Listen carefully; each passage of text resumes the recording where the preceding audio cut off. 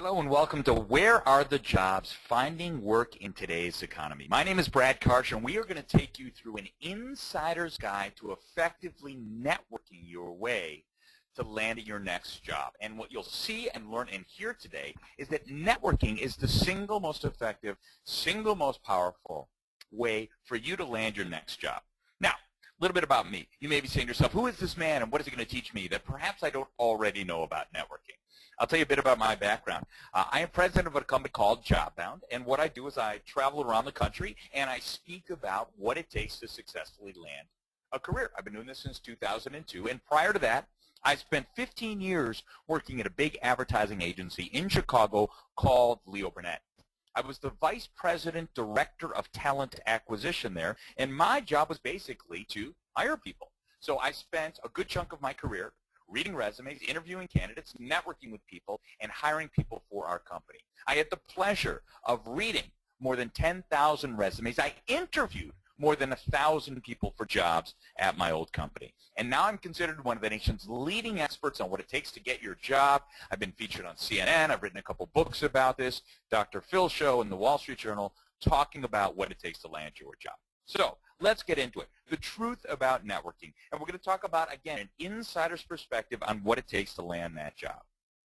First thing I want you to know, and I mentioned this earlier, is that it is the single best way to land a job. And I'll tell you a little bit more about that in a second. It makes life easy for the recruiting director, which, let's be honest, is why it's probably the single best way to land a job. Job candidates don't do it nearly enough, and I find that most people don't network as much as they should be, and I'll give you a little statistical formula that shows maybe why you're not. And one of the reasons that we don't network is that it's not easy for you. It takes a lot of time, but also it takes an art and a science. It is a craft to successfully network. So today, we are going to learn about what it takes to network. 66% versus 8%. Let's get into it. 66% versus 8%, folks. 66% of people get jobs through networking. 8% of people get jobs online. Now, that is not to suggest that you shouldn't look online. That's not to suggest that it is not a good option. But what I'm showing you is that you are 8 times more likely to land a job networking than you are online. Yet for many, for a vast majority of job seekers, this is how the job search goes. They open up their computer, they go to a career site, they apply to a bunch of jobs, and then they get incredibly frustrated because nobody calls them back. I'm not suggesting you shouldn't do it. What I am suggesting is that you need to do that and a bunch more if you want to land a job. And my formula is for every hour you spend online, you need to spend 8 hours networking if you're going to effectively use your time well. So 8 hours networking for every hour you spend online, because you're 8 times more likely to get a job through networking. And rare is the job seeker who spends 8 hours networking for every hour online. But that's the best way to make sure that you're pursuing the job search. Another little quiz question for you. Jean-Louis David versus Supercuts. Okay? Jean-Louis David versus Supercuts. And this speaks to the whole idea of it making life easy for the recruiting director. So let me tell you a little story. Let's say that you just moved to a new city. And let's say that you've been in this new city for a couple months, a big city. You've just moved to Chicago, Illinois, my hometown. And you are in this new city. It's been a couple months, and it's time to get your first haircut. Now, don't take my word for it, because I don't have a lot of hair. But my wife tells me, for instance, that especially if you're a woman, you're in a new city, and you're about to get your first haircut, it can be an intimidating process. So you've just moved to Chicago. You don't know any hair salons. It's time to get that first haircut. You have a couple different options. So option one is you can actually visit each and every salon in the city of Chicago. You can do research online to learn a little bit more about them. You can talk to the individual stylist. You can speak with customers as they walk out of the store. You can go to every salon. Or option two is, let's say you have a good friend who happens to live in Chicago, and let's say she has absolutely fabulous hair. And you say to your friend, Lisa, your hair looks fabulous. Where do you get your hair cut? How many of you think you might do that? Yes, most of you would probably do that. That is probably going to be the best option, all right? Now, the fact of the matter is, do we know for certain that that salon that Lisa recommends is going to be the absolute best salon for you? Of course not. And do we know that if there are 1,000 salons in the city of Chicago, there might be 300 of them that could give you an excellent haircut? Yeah, you just don't know which ones. So what you're going to do is you're going to listen to your friend Lisa, who has great hair, and you're going to visit her salon. And if you get a good haircut there, what are you going to do? You're going to go back again and again and again. And maybe as silly as that little analogy sounds, that's exactly the way networking works from the perspective of the recruiting director. Remember, my second point is that it makes life easy for the recruiting director. And I'll bring it back for you. So when I worked at my old company, we would post a job, and it was not uncommon to get 500, 600, 700 resumes, 700 resumes for one job.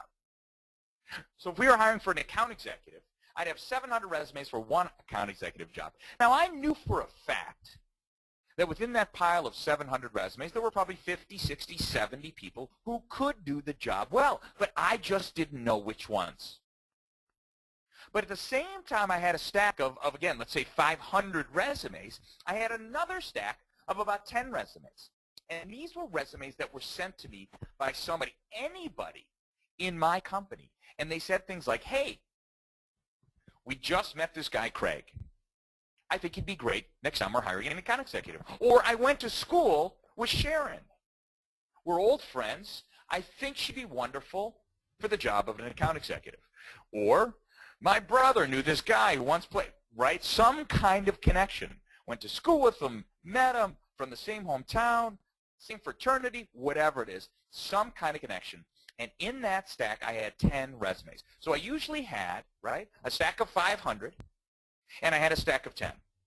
The stack of 500 people I didn't know, I just received their resumes from online, or they had mailed them in, or whatever it was. And then the stack of 10, those were people that had networked in some way, shape, or form. And what I would do is I would go through the stack of 500, and I would pull out the 5 best resumes.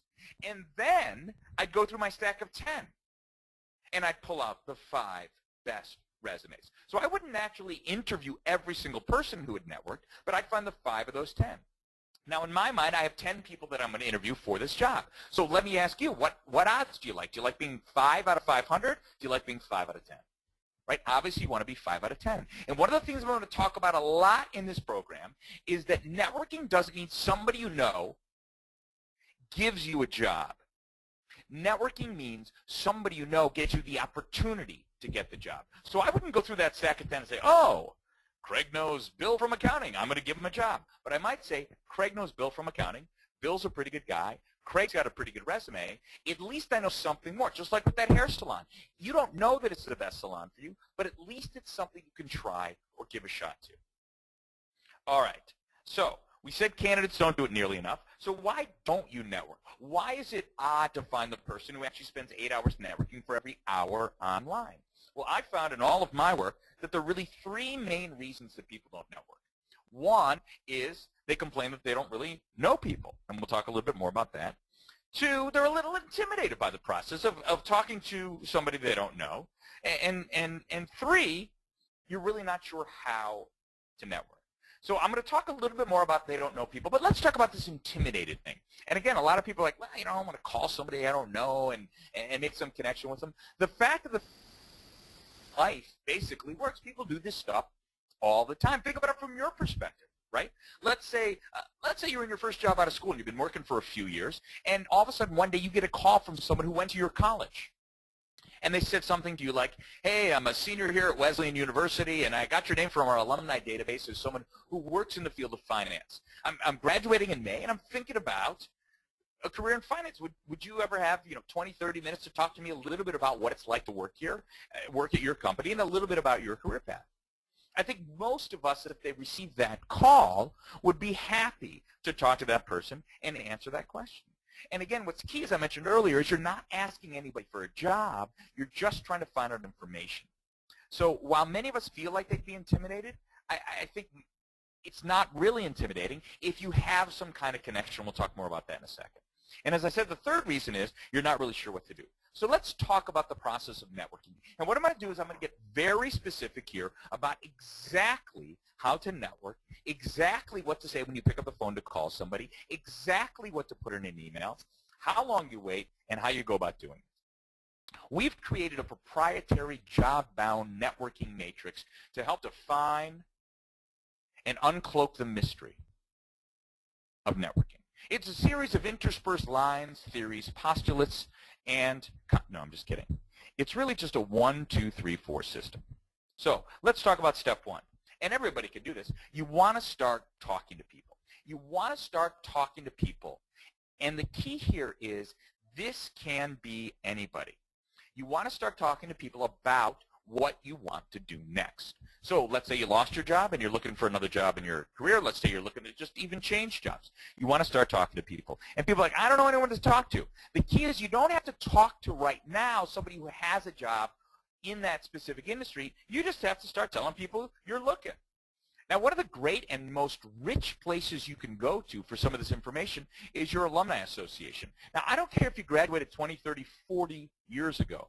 Many schools now have fairly sophisticated online databases of their alums. The school I went to has a database where you can search by job, by graduation year, by even major, and by city, and find alums who've already accepted the fact that they would like to help other alums with the job search, with mentoring them, and with helping them find a job. So if I say, let's say I wanted to be an accountant in Atlanta, I say accountant, Atlanta, and it spits out the name of 20 people who are accountants in Atlanta who went to my school who are predisposed to helping other alums or even current students take the next step. Talk to your friends. Any of you guys have friends? Of course, we all have friends. Your colleagues and former colleagues. Again, it's not a bad idea to go back to some of them. Any civic groups that you're involved in, charity groups, other organizations that you're part of. Maybe you volunteer some of your time for the American Cancer Society. So at the next American Cancer Society meeting, you start talking to people. LinkedIn, Facebook, Twitter, social networking sites are wonderful, wonderful, wonderful ways to network and find contacts. And the key is it's anybody. Maybe it's your dentist, your hairdresser, your caddy, your bookie, anybody. The key is you know more people than you think. Now, what I want to make clear is at this stage you're just talking to people. You don't have to find somebody. So let's say your dream job is I'd love to work at Procter & Gamble in Cincinnati, Ohio. You don't have to talk to people who work at Procter & Gamble in Cincinnati, Ohio at this stage. You're trying to find them. But right now you want to think about 6 degrees of separation. Okay? So what do you say to these people? And what you say basically is something as simple as, hey, I just left my last job, and I'd love to work for Procter & Gamble in Cincinnati. Do you know anyone who works at Procter & Gamble in Cincinnati? And that's all you're saying. And the key is here, when you're talking to your dentist, when you're mentioning it to your friends, when you're going on that college alumni association, when you mention it at the American Cancer Society meeting, people know people. It's called 6 degrees of separation. And especially with social networking now, the world is smaller than you think. So I promise you, you might not know a soul who works at Procter & Gamble or whatever company or in whatever industry, but when you reach out to your connections, they will find people. In fact, sites like LinkedIn actually have tools that allow you to search by a company. It'll show you all the people who work there, and it'll show you how you may be connected to them. It is an incredible way to reach out to different people. The next thing you want to do is you want to create a spreadsheet. And what I have learned from many years of working is that no successful project in life begins without a spreadsheet. So you must have a spreadsheet. And what you want to start to do is make note of the context that you're getting. So let's say when you're meeting with your friends or when you're at that next board meeting, you're talking to some of your former colleagues, you say, hey, do you know anyone who works at Procter & Gamble in Cincinnati? And they're going to say, oh, yeah, of course I do.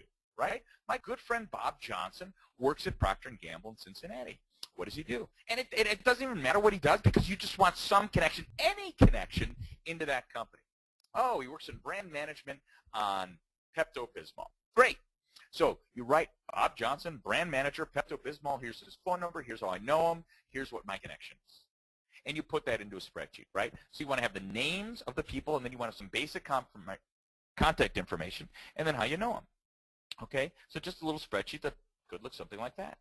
And then you want to set goals for yourself. And I think if you are actively in the job search, you want to, in the next 3 weeks, or when you start job searching, you want to have 25 names in that database. 25 names. So you have to work hard and you have to set goals. And the key is to keep that pipeline full. So it's not just about getting your 25 and stopping, because some people will come in, and you want to keep adding more people into it as well. Okay, so get some of those names, start to keep track of them, talk to people, and now you want to reach out.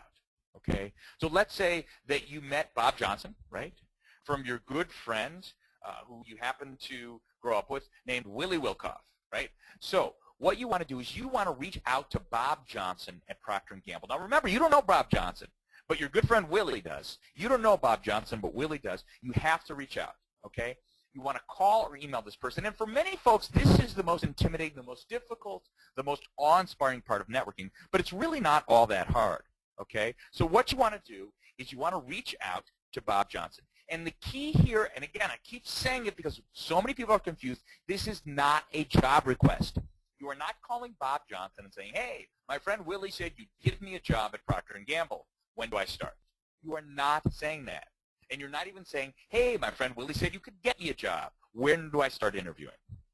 What you're doing is you're trying to gather information.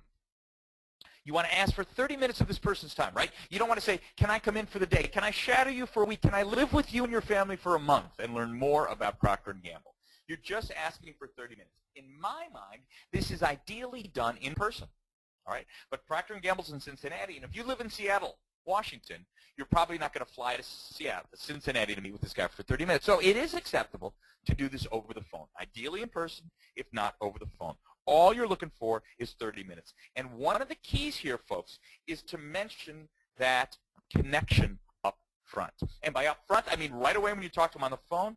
Up front, I mean in the subject line of the email. So the subject line of the email would say, referred by Willie Wilkoff, or Wesleyan University alum looking for job advice, things along those lines. You put that connection in the headline of the email.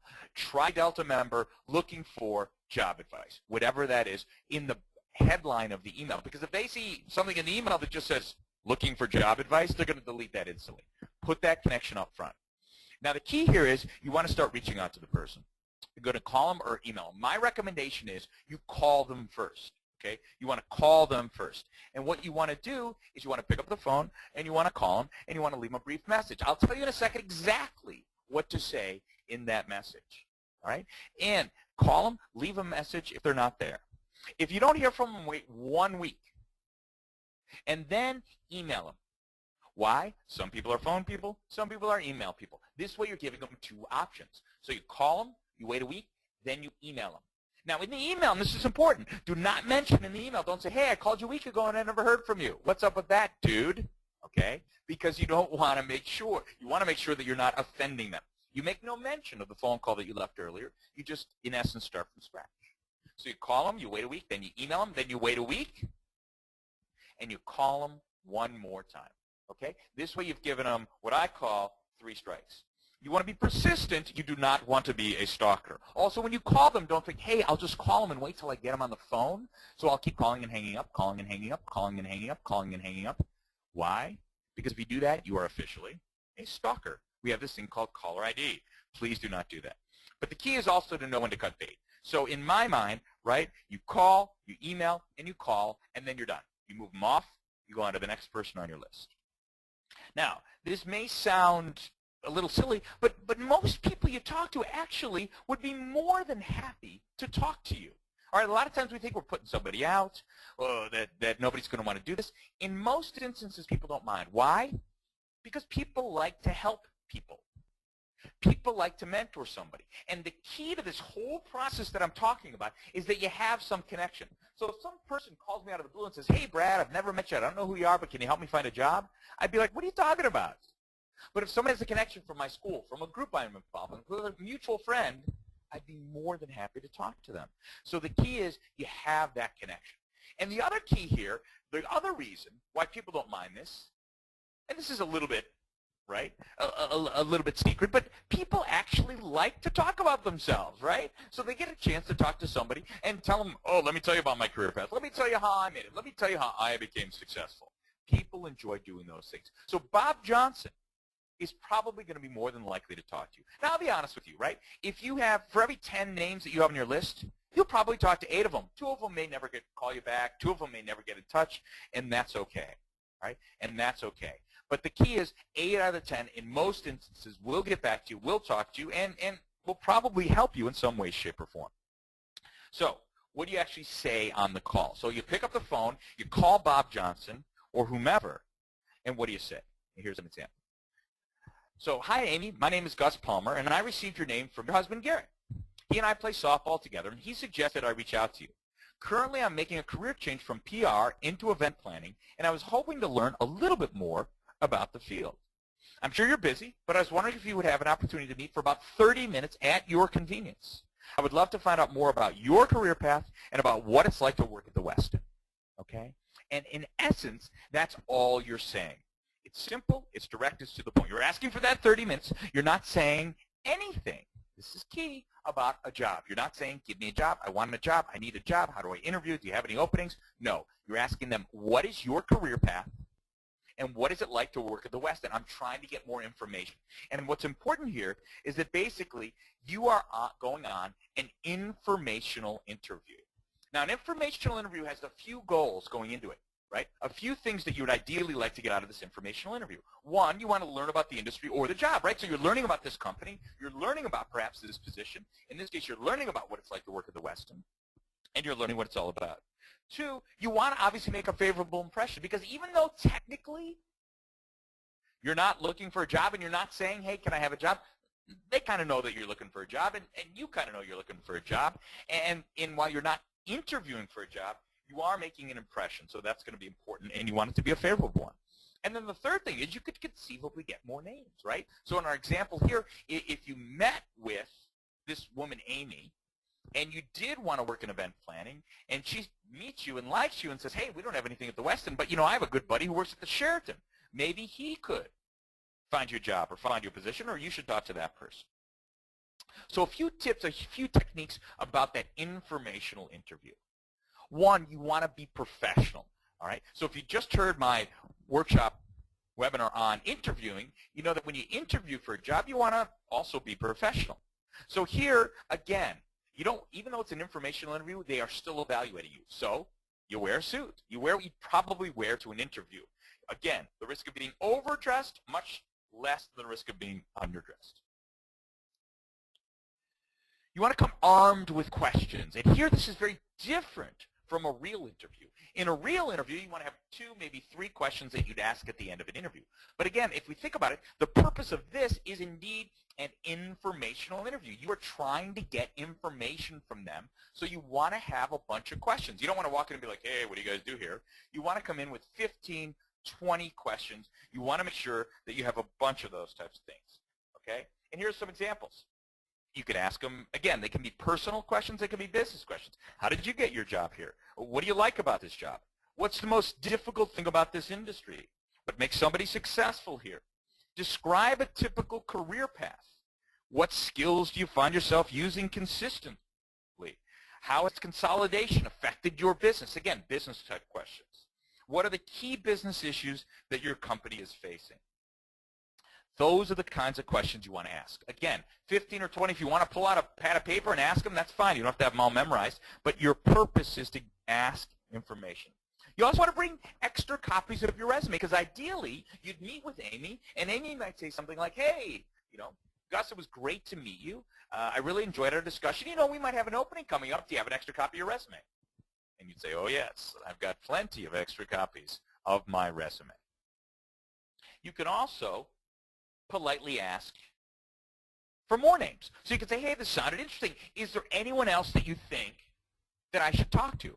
And now, again, Amy might say, you know what, Gus, I'd recommend that you actually speak with, Vince, who works in HR. He's our HR person, and he'd be a great person to talk to. Why don't you go talk to Vince? Right, that would be ideal. Or, again, they might say, my brother-in-law works at the Sheraton, and he'd be another good person to talk to. So you can get more names that you put into your database. And if they don't ask for it, you can ask to leave your resume. Hey, this has been really interesting. I'm wondering if you'd like to take a look at my resume and see what you think. Right? It can be as simple as that. And obviously, your goal is to get them to take your resume, write a little note on it, and send it on to HR. And now all of a sudden you're in the stack of 10 instead of the stack of 500. And that's the best way to think about what this networking process is. You want to make sure they have your resume. You want to make sure they send it to HR. And you want to make sure you leave with the thought of, hey, next time we have an opening, this person would be great for that job. Now, follow-up. A lot of people think it's over. It is not over. Okay, it's not over with step 4. And you may have heard a little expression. It's not just what you know, it's who you know. But I think it's not just what you know, and it's not just who you know. It's also when you know them. And let me explain. So let's say our good friend Gus meets Amy from the Westin. And let's say Gus makes a very favorable impression with Amy, and Amy thinks, you know what, next time we have an opening, Gus would be a good guy to consider. But let's say that they don't have an opening for another 2, 3, 4 months. I hate to say it, Gus, but Amy's probably going to forget about you if you don't reach out and if you don't follow up. And guess what? Amy may meet with a few other people. So when they do have that opening 4 months from now, Amy's probably going to be like, oh, who do I know? Oh, right, you know, this guy, Jim. I'm going to hire Jim. And she forgets about Gus. So there is so much that is tied into the whole notion of follow-up. You have to stay connected. So, one, you want to send a thank you note to anybody who helps you in this process. So if you have that informational interview with Amy, you want to go ahead and send her a thank you note. Now here, right, in the interviewing webinar, I talked about how you want to email it the night of. Here, because they're not making a hiring decision about you instantly, you can go ahead and send them a really nice thank you card, a handwritten thank you card. Now, I'd send it right away, but make sure you send that card out. You also don't want to end it there. You want to create some kind of monthly contact. So maybe a month after you interview, you think of some reason to email that person, maybe give them an update on the job search. Or I talked to that brother-in-law of yours at the Sheraton, or I met with Vince. Here's what's going on. Here's what's cooking. Any advice? What do you think? Another really neat thing that you can do is you can set up what I call, well, not what I call, but what are called Google Alerts. And what you can do is take a company and even an individual name, and anytime that company or name get mentioned and Google picks it up, they'll send you a little email. So if you took Amy's name and put it into Google, you might read that 2 months from now she got promoted. And then you can send her an email. Hey, I was just reading that you got promoted. Way to go. Great news. Just want to let you know I'm still looking for a job if you hear of anything, whatever it is. But it's a great way to keep in some of that contact. And then ultimately, when you do land a job, you want to let everyone know, whether they directly or indirectly helped you. Let them know what happened. Because guess what? This is how you're going to find your first job, and this is going to how you find your next job after that, and your next job after that, and your next job after that. And what I like to say is what goes around comes around. So the fact of the matter is you're probably going to be sitting in your desk at your new job, and you're going to get a call from someone that knows you and says, hey, do you have 30 minutes to talk about how you got your job? And what are you going to say? Get lost. No. Of course, you're going to say, I'd be happy to talk to you. And that's what it's all about. I hope you all learned some things from the networking workshop. Again, 66% of people find jobs through networking. It is incredibly important to work some of those connections. If there is a way that we can help you out, please check us out at jobbound.com. We have all sorts of free resources as well as other services that we offer to job seekers. Thank you and good luck.